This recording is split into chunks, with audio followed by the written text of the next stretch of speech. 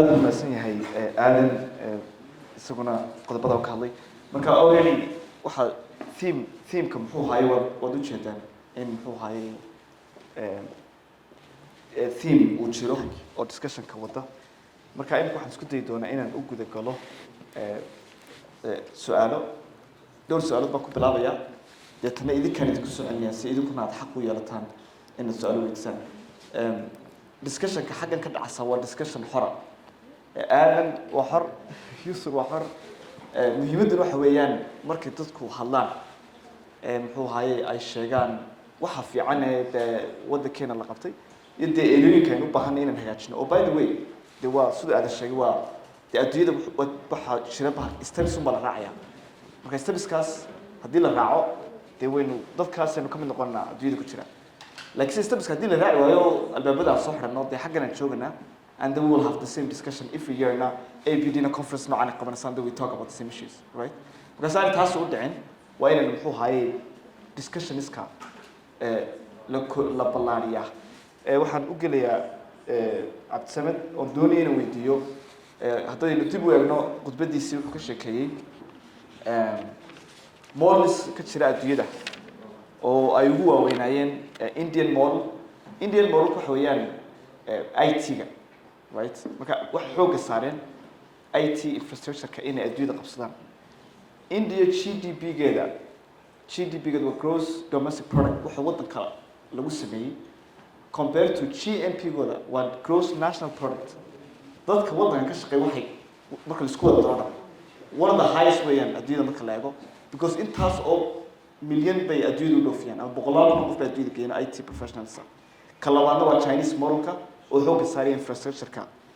ka saddexaadna waa South Korea soo sheegay oo labadaba isku daray infrastructure muxuu ahaa skills development iyo IT-ga labadaba now cabdisamed waxaan doonaya inaan challenge gareeyo oo weydiiyo specific examples mexica Africa oo similarity laga soo baran karo inagoo dee Asia inagoo yara fitay xaggan dhow kasoo meelo badan oo weyn karaan marka taas doonaya specific examples from all Africa or Somalia compared analysis. والله صدق مصطفى وزي كنا نتابع بين واحد شعر هاي إن دموع النقطة مول بسيا كسر شيء كنا مول الكيرا فهموا سوماليا وهي بحث مول سياسة أي تهاي القرن بركة هو ترى من هاي وأنا ترى ضمني وآخر شيء مليون ويا وحنا شعرنا هاي بقول مليون يا كاري وهاي ولا نلاقي وان بطل هاي ما كشي بعقل يسوي سيننا من سيرفيس كان أما أديك دخلها أديك هنا نخرج تدخل سين دخلها سمعوا بهاي المركز سيستم كاس وحبوا بهاي هنا كل قاعد يفضل دفع وش بشيء كذا أنا واتروس أكيد إنجنيرو واتروس أكيد دكاتير واتروس أكيد الفضاء فربنا وده ترى ويجيسي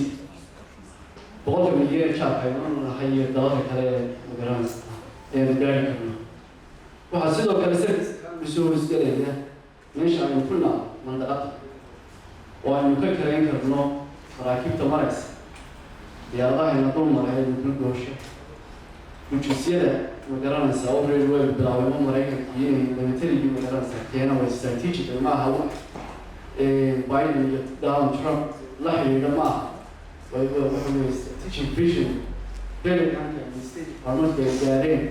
إنه قطور ريجي كنيش اللي قد فاعل يسترين هديه شيلوه سكايا من الجامعة ويران بس اليومين ممكن كالعسكريين أرماها مع أصحابها فسوى عقوبة هذا إن الله ما إنه حرفات وينه كل win-win situations سير شيء Thailand investments بسوينه وين دكتور شارك النهاية كلنا deficit بالبجر إذا كتبنا إذا تهيئنا إنه نعيش شنو يدنا نواتان مركب win-win situation policy oo wasaaradii arrimaha dibadda iyo wasaaradii iyo wasaaradii finance la isku xiro way shaqeeyaan ficil waa intay programya la sameeyo adeegga la xiriira ay plan ku samayso ee arrimaha dibadda iyo finance iibiyaan oo kor loo qaado corridor inteebeynu 12% waa inay Ethiopia kala soo degto berbera aanu ka faa'iidno driversk waanu service-kii oo dhan ka faa'iidno oo gawaadhidii investment-koodii ka faa'iidno waanu ka faa'iidno magaranaysa wixii la yiraahdo waxa weeye supply risk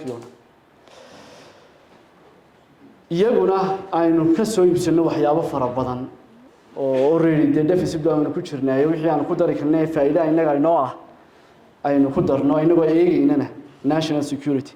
dalkana lama wada bedeli karayo si kastoo policy u sameysay capitalist waxaanu qaadanay suuqa xorta marka ninkii beer sameysanaya iyo ninkii alaab la soo degaya mar walba fasax ayuu u haystaa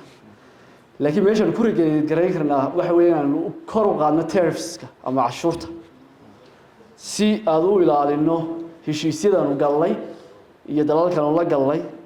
iyo dadka alaabaha aynu locally soo saareen that's how you regulate what tariffs macquula marka waxa Ethiopia ku fiicantay inaad adigu soo saartaa faa'iido ku jirta ma jirto waa inaad fikrad kale la timaado waxa sidoo kale intaana nu gelin su'aashaadii muhiim ah in la regulate gareeyo waxa la yiraahdo monopoly oo aad looga hadlo ganacsigii wuxuu ku ururay shirkado meel walba galay runbaa fiican runta waa in la taabtaa shirkad monopoly-guna waa waxa burburiya ummadaha ee dagaalada rida waayo qofku markuu awoodi waayo inuu investment sameeyo oo lagula dagaalamo lacag ka badan TC qofku dagaalamaya wuxuu keenayaa magaranaysaa in uu ceeshi kari waayo marka inaga oo aan ku tacaadiyin shirkadihii de magaranaysaa ganac hal-abuurka sameeyo iyaga dad badan baa ku tiirsan oo nolol maalmoodkooda ka soo saara inaynu abuurno shuruucdii aynu ku regulate gareyn lahayn sheekay ka sheekeynaya rag dabac kama dhamaadee GE shirkadda la yidhaah ayaa nin waxa hogaamin jiray CEO la yidhaahdo Jeff Immelt horaamataakii 2001kii ayaa wuxuu isku dayay inuu kor u qaado share priceska GE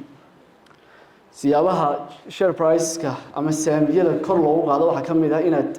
growth fara badan ama koritaan badan aad samaysid wuxuu iibsaday oo uu galay meelo aan GE markii hore aanay shaqo ku lahayn healthcare-kii uu dhex galay xataa wuxuu iibsaday Comcast oo CNN de wad garanaysaane shirkadda CNN iska leh wuxuu dhex galay energy-gii deetana wuxuu xataa samaystay bangiyada u waaweyn Mareykan ka mid ah oo waxa la oran jiray GE Capital ruuxan yar baa dhacay 2008kii waa kii Fannie Mae iyo Freddie Mae ay housing collapse-kii dhacay waxa GE iyo de shirkado badan oo magaranaysa financial institutions ay u badnaayeen Goldman Sachs ay ka mid ahaayeen waxa hoos u dhacay waxay ku sigteen inay burburaan oo ay ruuxaan waliba ma ahayn kaligood burburayaan dhaqaalihii Mareykan iyo dhaqaalihii caalamka oo dhan ayay magaranaysa ruuxi lahayd 320,000 oo qof baa u shaqeynayay oo mushahar u doonanayay GE markaa ka waran haddii ay aad yar iska baabiilayd inta dad ee saami ku lahayd ka war waxay ku tusinaysaa xaddiga marka aad magaranaysaa wixii aad magaranaysaa xadkeeda aad dhaafisay meel walba gashid wuxuu ilaahay u soo diray nin la yiraahdo Warren Buffett oo $3 bilyan oo dollar geliyay dawladdu waxay tiri anigu kuma bailout gareynayo oo de waxay already bailout gareysay Freddie Mae iyo Fannie Mae iyo waxay bailout gareysay baabuurtii iyo investment-kii bailout gareysay marka waxay tiri GE ayuu waxa iska rawaxdo hadday rawaxdana de khasaaraha inta leeg baa dhici lahaa Warren Buffett marka wuxuu u diray si restructuring loogu sameeyo dad buu u diray khubaraha 3 bilyan nowsi khubaradu waxay ku wareertay CEO sidii ay balance sheet ay u hagaajin lahayd nibanku ka khatarsanaa loo diray bayaa isu keenaya financial capital financial issue iyo energy sector iyo caafimaad iyo 500 oo shay oo islahaynba waa greedy waa waxa weeyaan waxay noqotay markaa shaqadiisa xataa aakhirkii uu ku waayay JFML 2017 hotellery markii salka loo dhigay shirkadii waxaa la iibiyey GE Capital waxaa la iibiyey GE Transportation wixii loo badayay diversification lagu sameeyay si ummadda hantideedii loo badbaadiyo shaqaalihiina mushaharkooda ay u helaan inagu markaa ma inaan halka qabanayno doonayna waa maya waa inaan regulation sameynaa aynu kaga hortagno masiibooyinka noocaas oo kala haddaan soo noqdo tusaalooyinka cadcad waxa ka mid ah Kenya oo kale Kenya waxay qaadatay waxa la yiraahdo service economy waxay ku ladhaa beeraha coffee dhoofisa flowers dhoofisa waxyaabo fara badan ayay caalamka u iibgeysaa waa 50 milyan annaguna 5 milyan baynu nahay